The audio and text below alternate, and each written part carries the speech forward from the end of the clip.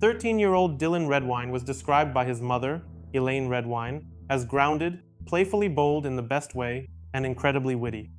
He loved sports, especially baseball, and he was also really passionate about gardening. Elaine and Dylan's father, Mark Redwine, had been married for 18 years. First they had Corey, and then 8 years later, Dylan was born. But in 2007, they divorced. After moving 6 hours away to Colorado Springs, Elaine was granted primary custody of Dylan, while Mark kept court-ordered visitation rights. At first, the whole family had lived in Durango, Colorado. But after the divorce, Elaine, Dylan, and Corey moved away, while Mark stayed there. The boys would travel between both parents from time to time and split the holidays between them. It seemed that this arrangement worked, since the children didn't see Mark very often anyway. He worked as a long-haul truck driver and was away on trips for extended periods. And this is exactly where today's story begins. On November 17, 2012, Dylan spent the day with friends, taking photos with them. Thanksgiving was approaching, and the very next day he was supposed to fly to his father's for a week-long holiday. Due to ongoing custody disputes, the judge issued an order granting Mark the right to see his son during the holiday period. Mark bought himself a new ticket, one way. When Dylan was at the airport with his mother, Ellen turned to him and said, "Come on, you're not that grown up yet. Give your mom a hug." She watched as her son, whom she affectionately called Baby, went through security. But that day he boarded the plane without much enthusiasm. His grandmother was battling cancer, and this was likely to be her last Thanksgiving. Besides, he wanted to spend time with his friends, so traveling so far was not part of his plans at all. But he still had friends in his father's town, so he decided he'd at least try to spend some time with them too. Elaine called her attorney and, because of her mother's serious condition, asked if there was anything that could be done so Dylan could stay home. But the attorney told her basically nothing. No, Dylan has to go. When Dylan landed at Durango-La Plata County Airport, he texted Elaine and ended the message with an angry emoji. His mood after the flight clearly hadn't improved, and she understood that perfectly. That evening, Dylan and Mark went to Walmart to buy a few DVDs. Dylan texted an old friend, Ryan, and asked if he could spend the night at his house, but Mark said no. So Dylan texted Ryan again and told him he'd see him the next morning really early, at 6:30. They could spend the whole day together. At 10 that night, Elaine texted Dylan, "How are things, son? Are you okay?" There was no reply.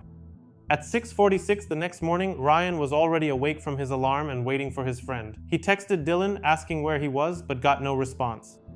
That evening, Elaine's phone vibrated, but it wasn't Dylan, the person she had been hoping for. It was Mark.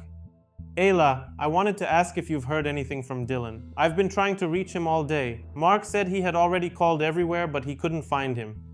According to him, at 7:30 that morning, he had left Dylan home alone while he was still asleep and gone to work. When he came back at 11:30, Dylan was gone. The television was on Nickelodeon, and on the table there was a bowl and a box of cereal. Mark assumed Dylan had gone out with a friend, but when many hours passed, he started to worry. He also noticed that Dylan's belongings were missing. With a heavy sense of dread in her chest, Elaine dialed 911.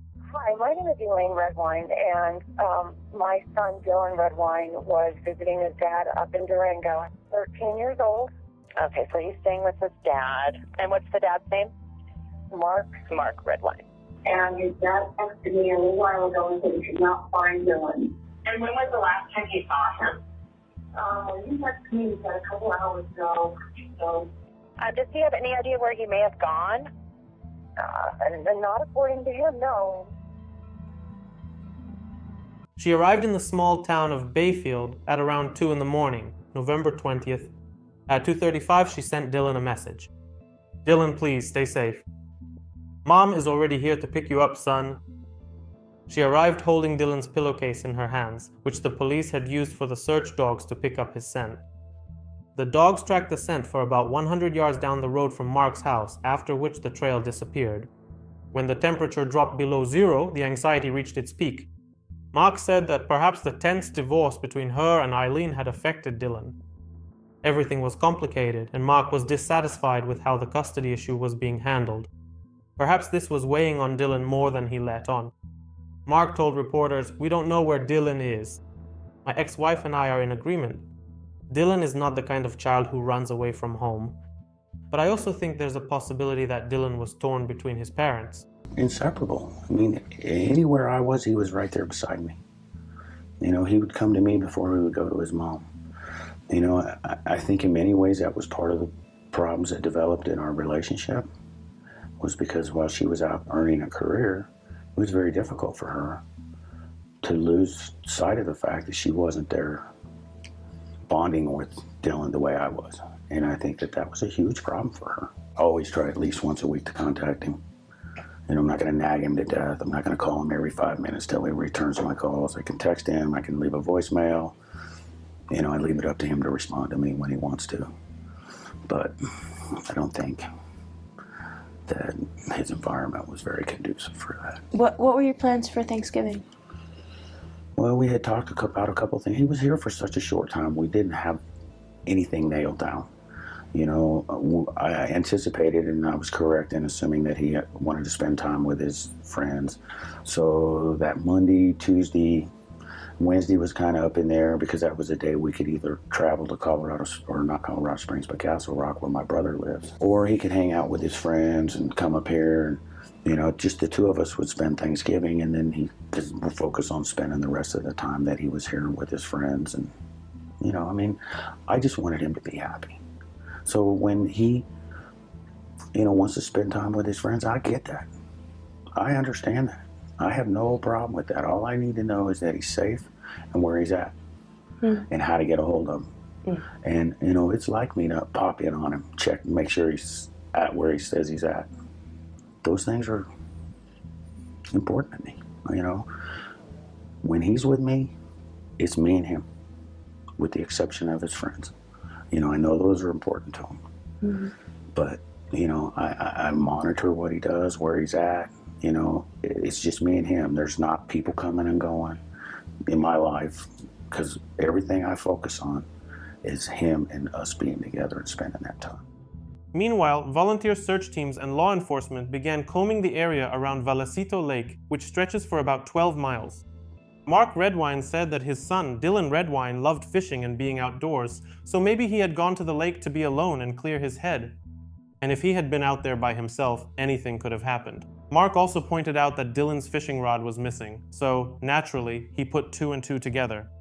The search teams already had a difficult task ahead of them. This area is a pretty remote part of Colorado, miles of forest, steep slopes, and harsh mountain terrain.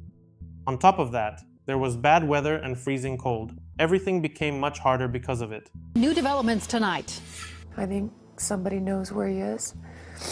I don't know if somebody's hiding him or if somebody's already done something horrible to him. The mother of a missing Colorado teenage boy now fears foul play in the disappearance of her 13-year-old son. He's been missing for more than a week, and 7 News reporter Mark Stewart is live. Mark, you're asking investigators if they're keying in on a particular person. Mike, late today, I talked to the sheriff's office in La Plata County. I asked, is there a suspect? Is there a person of interest? And for the moment, the answer is no. Tonight, the FBI and the sheriff are talking, trying to decide what to do next. The panic is just, where is he? Is he hurt? Is he, was he able to have turkey at Thanksgiving? Just all the things you want for your children. Then the panic sets in because I can't do anything. The panic Dylan Redwine's mother is feeling is shared across La Plata County, from a sign at the local Dairy Queen to the billboard at this church. For a second day, investigators searched a nearby lake. They found nothing. Once again, they're depending on tips from the public. Just imagine we have 7 investigators with 7 pairs of eyes working the case, but we have over 50,000 residents in La Plata County. Investigators say they're not giving up, yet with no word from Dylan, who texts all of the time, his mother is trying to find some hope. I don't mean to be a pessimist because it's my son's life we're talking about, but Dylan would have called by now. At that point, investigators had established the following timeline. At 5:46 in the evening, Dylan landed at Durango La Plata County Airport, where Mark picked him up. At 7:05, Dylan and Mark were at Walmart in Durango. At 7:22, they went to McDonald's. At 9:37, Dylan sent his final text message to his friend Ryan. That was the last activity from his phone. At 9:46, his phone either died or was manually turned off. Tips were pouring in non-stop because Dylan's case had captured the attention of the county, the nation, and even people far beyond its borders. Memorial gatherings were being held, volunteers were working tirelessly, and hundreds of people across the country and even around the world were calling and sending emails. Among the messages was everything imaginable, from psychics to someone in Australia who claimed they had seen Dylan in a restaurant. But unfortunately, none of the tips led anywhere, and the search for Dylan Redwine remained focused near Vallecito Lake. The lake was checked at least 15 times with dogs, divers, sonar-equipped boats, helicopters, and airplanes. Now in the search for this missing teen, Dylan Redwine. The task force announcing a major development in the case. They say Dylan did not run away. And 7 News reporter Russell Haythorne tracking these new developments. Russell, police are now looking for video. And any video that may exist from the day Dylan went missing. They're asking motorists, residents, and visitors who may have been on the main route between Durango and Vallecito to come forward with any recreational footage showing vehicles traveling that main route between 6 p.m. on Sunday, November 18th, and noon on November 19th. The task force investigating Dylan's disappearance also determined he did not run away. However, they say they still view this as a search and not a recovery. The sheriff did not elaborate on what led them to conclude this was not a runaway. Authorities have spent much of the last week searching the Vallecito Reservoir, but sonar sweeps have turned up no sign of Dylan. 3 canines have also returned to the reservoir area just south of the dam to continue ground searches. Authorities have also released a new flyer today with Dylan's image, as well as the exact date he went missing, and a tip line now at the bottom, 970-382-7511. And finally, authorities are using state-of-the-art mapping technology to ensure that they search every single building in the Vallecito area. Elaine Redwine said that no matter how hard she tried to stay strong and think positively, she couldn't ignore the voice in her head and that deep maternal instinct. You know, as a mother, somewhere deep inside, you feel that this isn't going to end well. From the very beginning, she openly expressed concern that Mark Redwine knew more than he was saying. Could they have gotten into an argument once serious enough to make Dylan run out of the house into the darkness and cold? For Elaine, the first red flag was the way Mark described the house when he came back that morning. He said that the fishing rod was missing and the TV was on. Ellen replied, Dylan wasn't much of a fisherman. He didn't know how to assemble a fishing rod by himself, and he didn't watch Nickelodeon. He watched MTV. As soon as Ellen received a message from Mark that Dylan was missing, she wrote back, he wouldn't just leave like that. He would have called me. Right now, I really suspect you. How could he just disappear? Ellen also said that Mark once claimed that if he ever had to get rid of a body, he would leave it in the mountains, and that he would kill the children before he would let her take them away. Ellen knew that Dylan would never have run away without saying anything to her or to his older brother, Vickery. Yes, he was at that awkward teenage age when talking to your mom isn't cool anymore. But she was sure that if he needed help, he would still have turned to her. Dylan's brother supported this and said so. We didn't know what Dad had done to him, but from the very beginning I knew he was involved. Although those results could not be used in court, both Elaine and Mark agreed to take polygraph tests. She passed. He failed, especially on one question. Do you know where Dylan Redwine is? When police came to get a statement from Mark, they noticed the house was filled with empty alcohol bottles.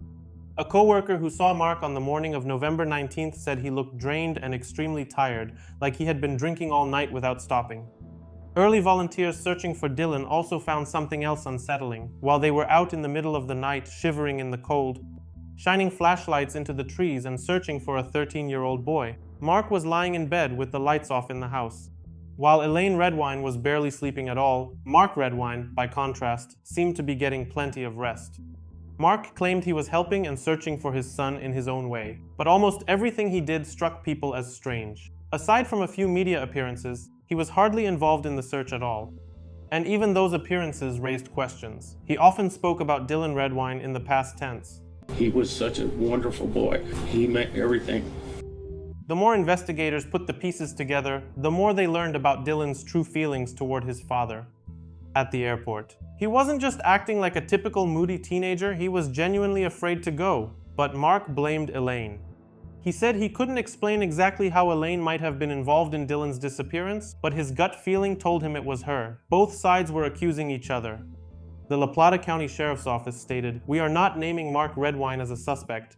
It was simply reasonable to conduct a more thorough search of the house and property in order to find any information that could help us locate Dylan." Mark responded, "There's no reason for anybody to be pointing fingers at me. And, because they want to make me the easiest target to have somebody to blame, then you know what? I can't stop them from doing that. But it doesn't mean I have to agree with it." Where is Dylan? Bring Dylan home. 2 months after Dylan was last seen, friends and relatives held a protest outside Mark's home, demanding answers. He was the last person to see him, and, he hasn't done his part in helping find Dylan. And when the searches yielded very disturbing results, the attitude toward Mark became even worse. Dylan's blood was found in Mark's living room on the floor, on some chairs, and on tables. In addition, a search dog trained to detect the scent of death alerted to the same spots, as well as to the bed of Mark's pickup truck. Later, Mark claimed that he and Dylan were just play fighting as a joke, goofing around as he called it. He insisted that no one got hurt. Officials emphasized to the press that at that time he was not yet an official suspect, and the investigation was ongoing.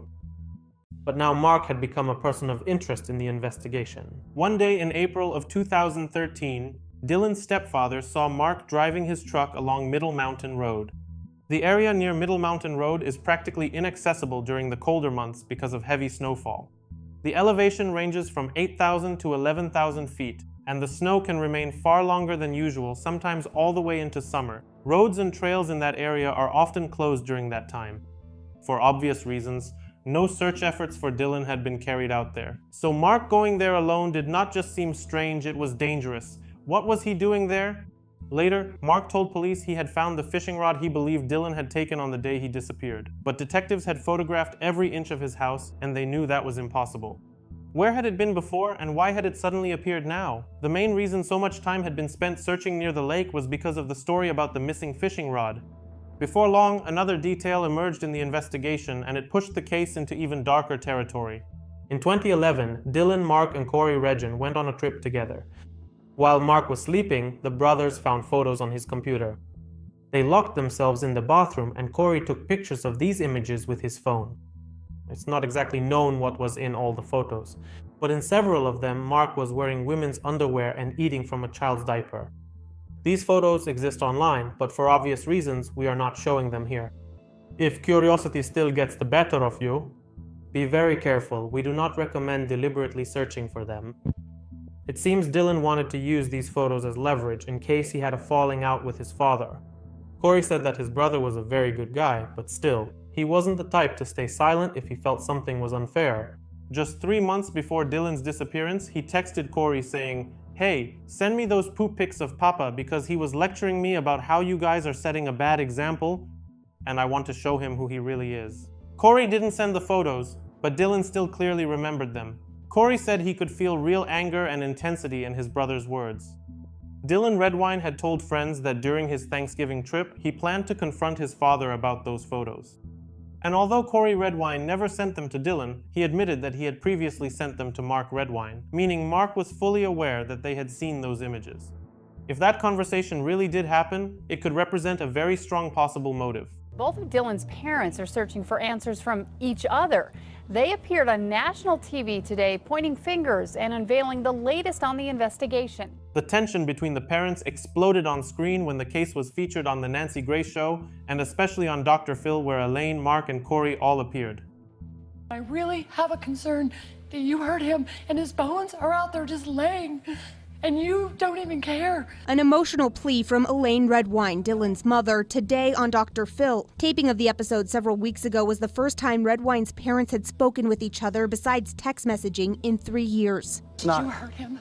No, Elaine, I wouldn't hurt him. What kind of mother are you to even think that I was capable of doing something like that? The teen's mom believes his father had something to do with his disappearance and probably killed him. When you're mad at somebody, your main focus is to get even or get back with them and hurt them. That's how your mind works. Really?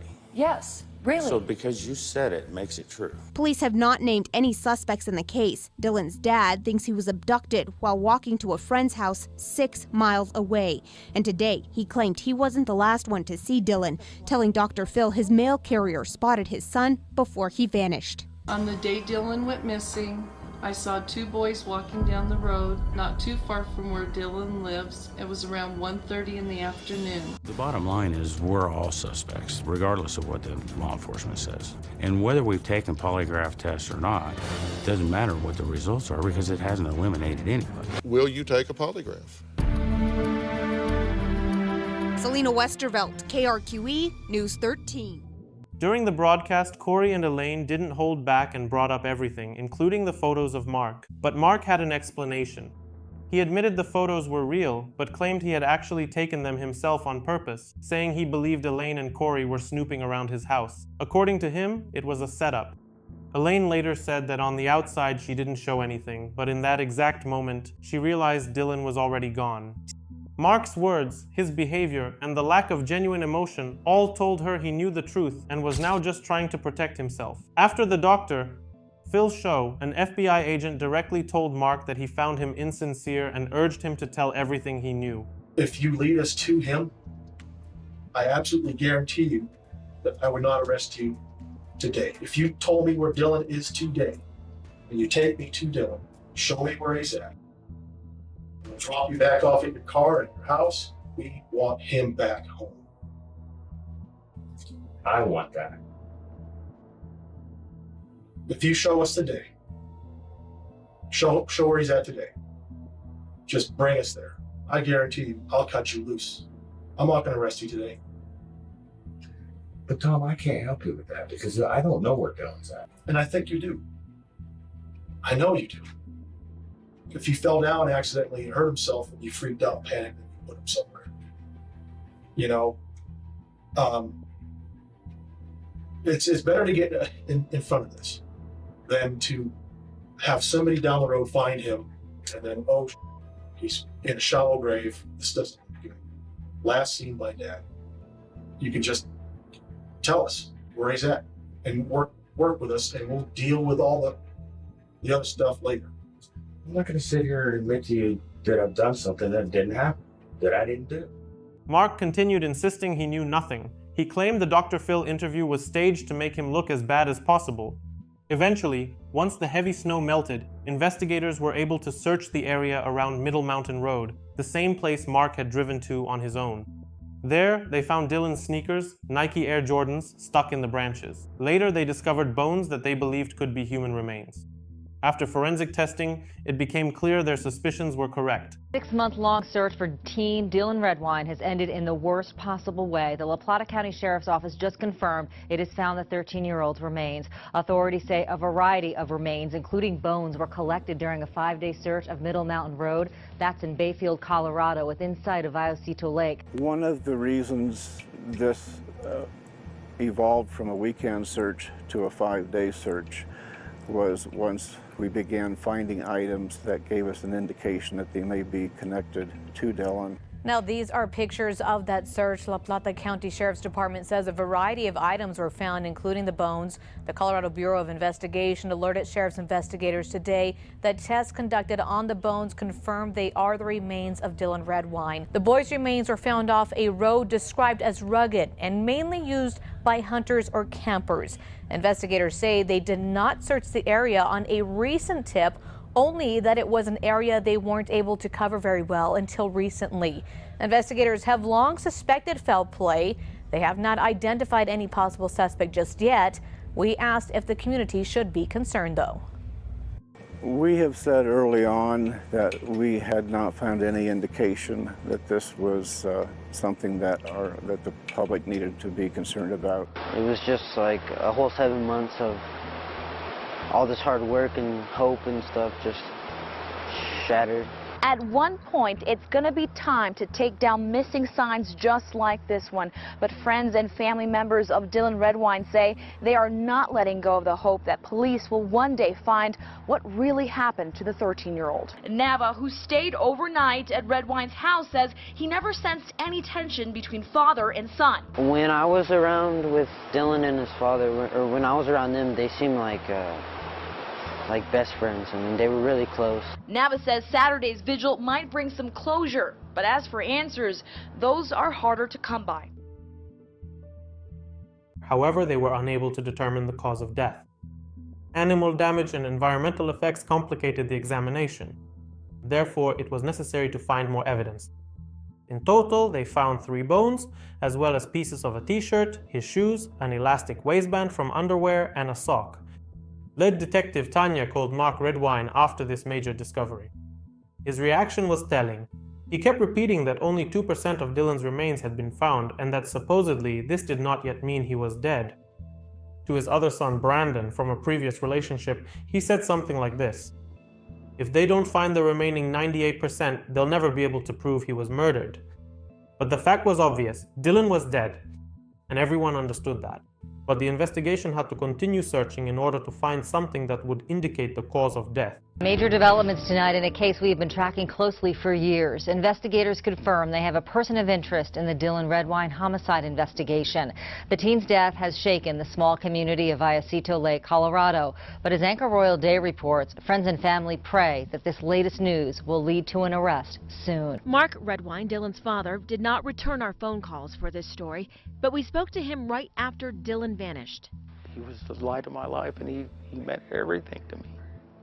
And I just want him home, just like everybody else does. I know there'll be an arrest, and I will be in court every single day, waiting for that person to be convicted. And I have absolutely no question in my mind that he will be convicted. At the end of 2014, Mark lost his home through foreclosure proceedings. He was also hospitalized after what was described as a possible nervous breakdown.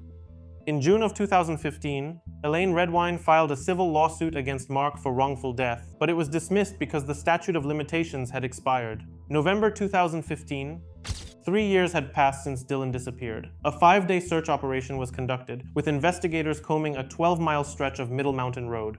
But the next major piece of evidence wasn't found by law enforcement. It was discovered by hikers, about 2 miles from where earlier bone fragments had been located. They found Dylan's severely damaged skull.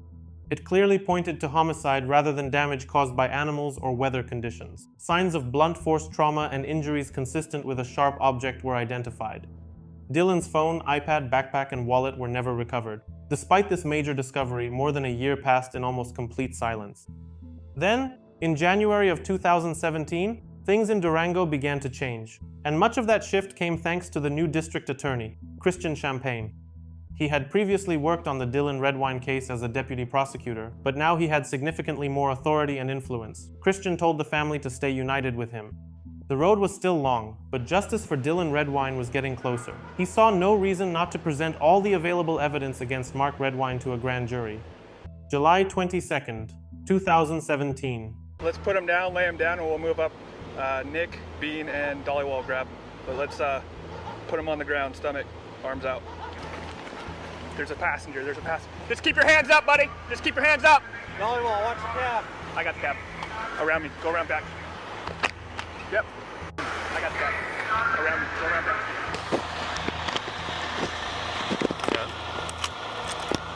When you guys can, you'll explain to me what's going on? Yes, sir. Is your name Mark? Yes, it is. A grand jury returned an indictment. Mark Redwine was arrested and charged with second-degree murder and child abuse, resulting in death in connection with the death of his son. Mark, do you have any weapons on you, sir? No, sir, I do not. All right, so go ahead and investigate. There you go. He was tracked down while working as a long-haul truck driver all the way in Washington State.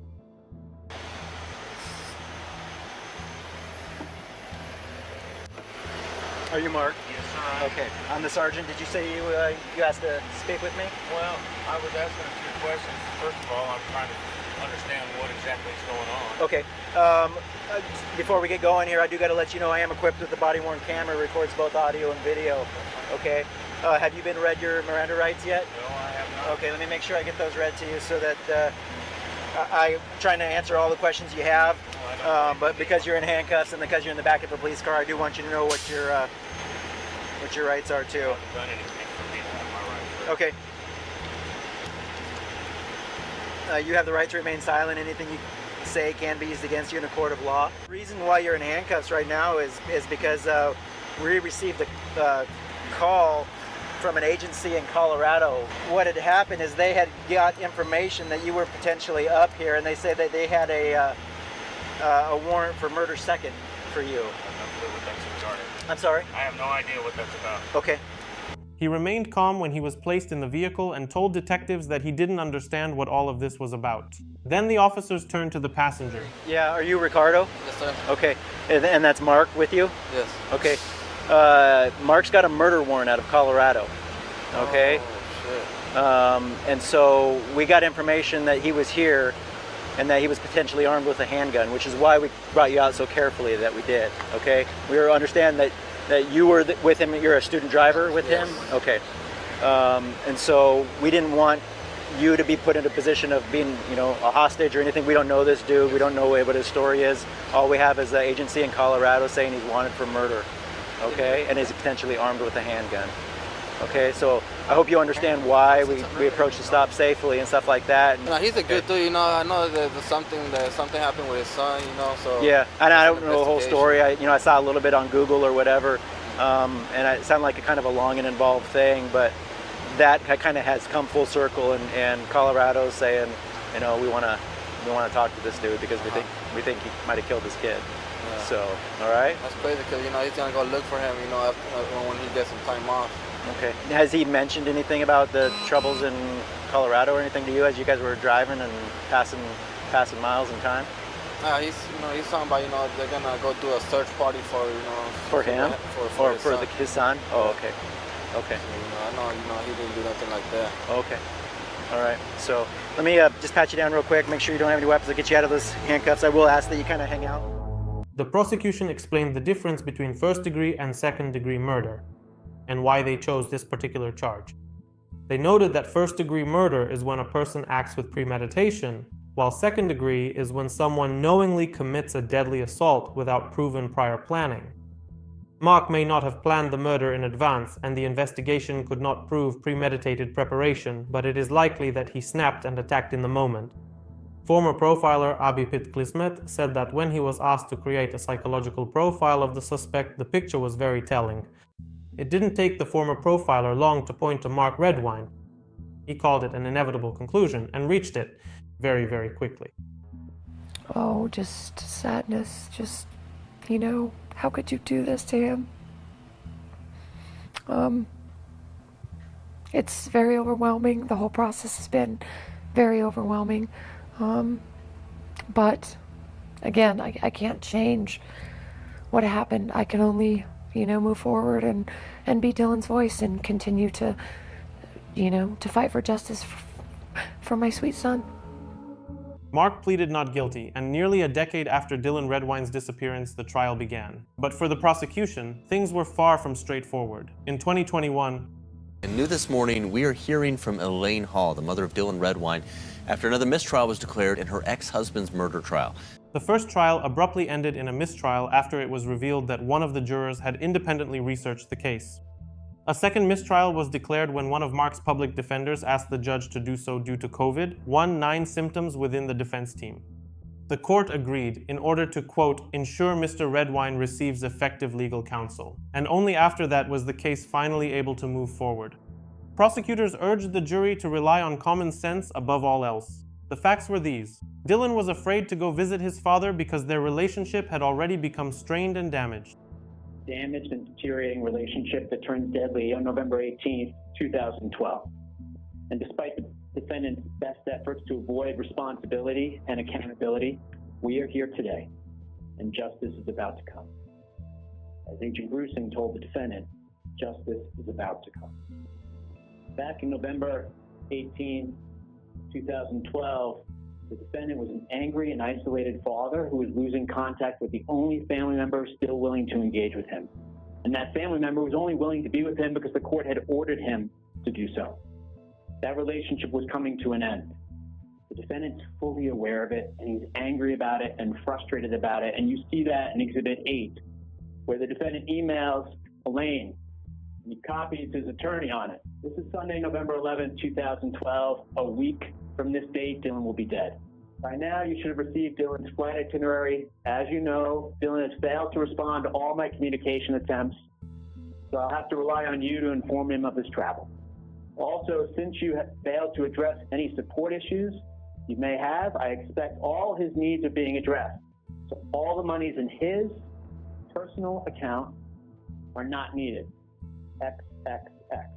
We'll talk more about the personal account in a little while, but this email from the defendant confirms that 1 week before the murder, he knows his son wants nothing to do with him. Then came the photos Dylan had previously discovered. The prosecution succeeded in getting them admitted into evidence, and they really could point toward a motive. Corey Redwine spoke openly about this in court. Ladies and gentlemen, the evidence you are about to hear about and about to see is being admitted for a limited purpose. The photographs are being admitted to allow the prosecution to attempt to prove that the defendant became violently enraged when confronted by others concerning his sexual preferences.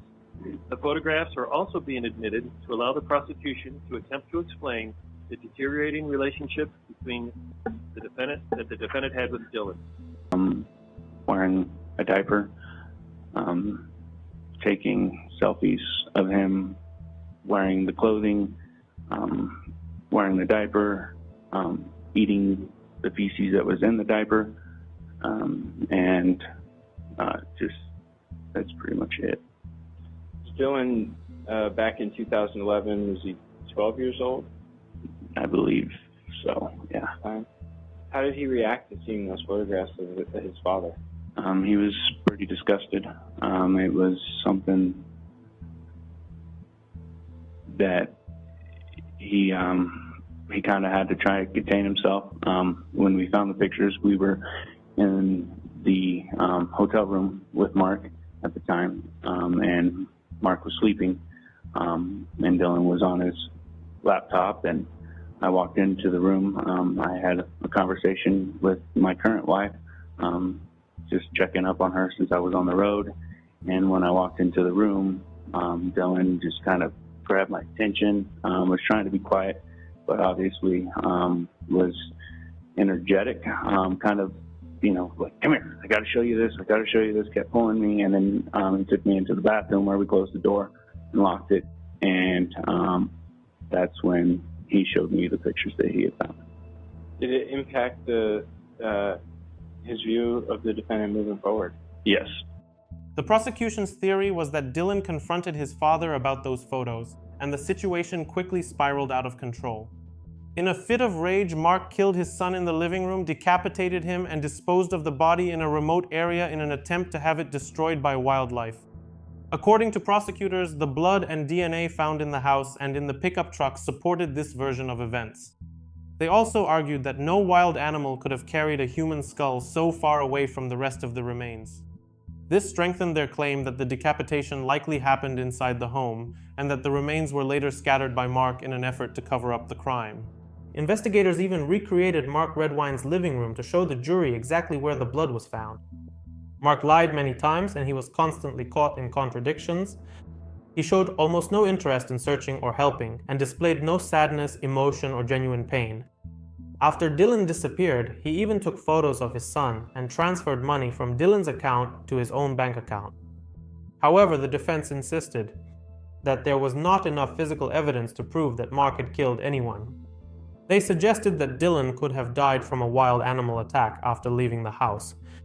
Mark continued to claim that the compromising photos had been staged by himself, and his public defender stated that the prosecution liked these photos much more than they actually should. Scientific evidence in the case. They're focusing more on those photographs than on the fact that the damage to the remains was undeniably caused by animals. The marks on the skull are consistent with animal-related injuries. They're focusing more on those photos than on the fact that the DNA evidence is inconsistent and weak. Don't let those images carry you away emotionally. Don't think about it like this. If someone is involved in something like that, they must be some kind of weirdo, a bad kind of weirdo. And if he's strange and bad, then he probably could have killed his younger son over a custody battle after a difficult divorce. That's not how you're supposed to think about it. Instead, look at it this way. Does that motive actually make sense? Does it really help explain the prosecution's version of events? As for the blood in the house, the defense argued that there was no way to prove exactly when it had been deposited there. Mark's former girlfriend said she had seen Dylan cut his finger and bleed in the living room more than a year before he disappeared, so the defense suggested the blood could have come from that earlier incident. They also claimed that Mark did not have the time or opportunity to dispose of his son's body and still make it to work the next morning. Elaine Redwine testified through tears, saying that she knew and had always known that it was him. So can you read the first text from Dylan to you, please. I'm on the plane to Durango, Date of that text. November 18th, 2012. And how do you respond at 4:36 p.m.? Oh, good. You did well, son. Proud of you. I love you, and thanks for keeping in touch so well. You're a flying pro. Send another text to Dylan at 7:03 p.m. on November 18th. Your dad get you, son? 7:06 on November 18th, as Dylan responds. Yes, with a frowny face. What do you say in that text message on November 19th at 12:07 p.m.? How you doing, son? I miss you. The final text message in this exhibit is a text message that you send at 2:35 a.m. on November 20th.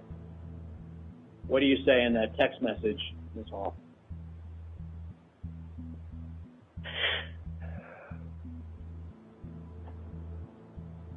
I said, Dylan, please be safe. Mom is here to come get you, son. Later, she addressed Mark directly. Dylan was 13 years old when you took his life. When I think about what happened that night, my heart breaks. I think about Dylan looking up at his father, knowing the man in front of him was his killer. I wonder what was going through your mind when you looked into those big blue eyes. Although honestly, I don't think it affected you at all. I'm glad we are free from you and that you will no longer be free to hurt us. Mark Redwine did not testify at all. The verdict was about to be delivered. We, the jury, find the defendant, Mark Redwine, guilty of count number 1. Redwine was also found guilty of child abuse resulting in death. Judge Jeffrey Wilson said, "As a father, you had a duty to protect your son and keep him safe from harm. Instead, you inflicted enough injuries on him to kill him in his own living room. When the emotions or anger that drove you to act like this subsided, you weren't thinking about Dylan. You were thinking about yourself. You cleaned up the crime scene, you hid Dylan's body, and you went so far as to separate his head from the rest of his remains. After all this time, after everything that has been heard in this courtroom, you still refuse to take any responsibility for what happened to Dylan. It is hard to recall a convicted offender who has shown such a complete lack of remorse. 60-year-old Mark was sentenced to 48 years in prison, effectively meaning he would die behind bars. It was the maximum sentence allowed under Colorado law for these charges. Mark continued to claim his innocence. In a letter to the judge, he called the case a judicial mistake, a false verdict, and a show trial. Christian Champagne said that he has immense respect for Elaine and Corey Redwine for their relentless fight. He noted that in Colorado alone there are over 1,500 solved cases. And the main message is simple: fight, never give up. Corey said that although it has been very difficult, he tries to turn this pain into something better for himself and his family. It has kept me up at night more than once, but at the same time it makes me strive to be a better father. A father should be the safest place for a child. Dylan Redwine got on that plane because he had to, because the courts, custody decisions, and adult conflicts left him no choice. And how many children? Caught between broken families. He was forced to live amid tension he neither created nor could control. Sometimes the most dangerous place isn't the wild wilderness, but the home where trust has already begun to crumble. Ellen said, "I think no one will ever know what exactly happened that night." Unfortunately, Mark will never say. It was such a senseless crime. Dylan was the light of our lives. And now that's gone. I don't think closure even exists. When you lose someone close to you, I can't move on from my son. I can't close the chapter and pretend he never existed. I will always grieve. I will always mourn, that's why his death. And I will always celebrate his life. On this somber note, friends, we will wrap up. Thank you for watching this video until the end. Thank you for your support and the time you've spent. Be sure to leave your comments on the topic of our video. Subscribe and leave a like if you enjoyed my presentation. I wish you all a wonderful day. Please take care of yourselves.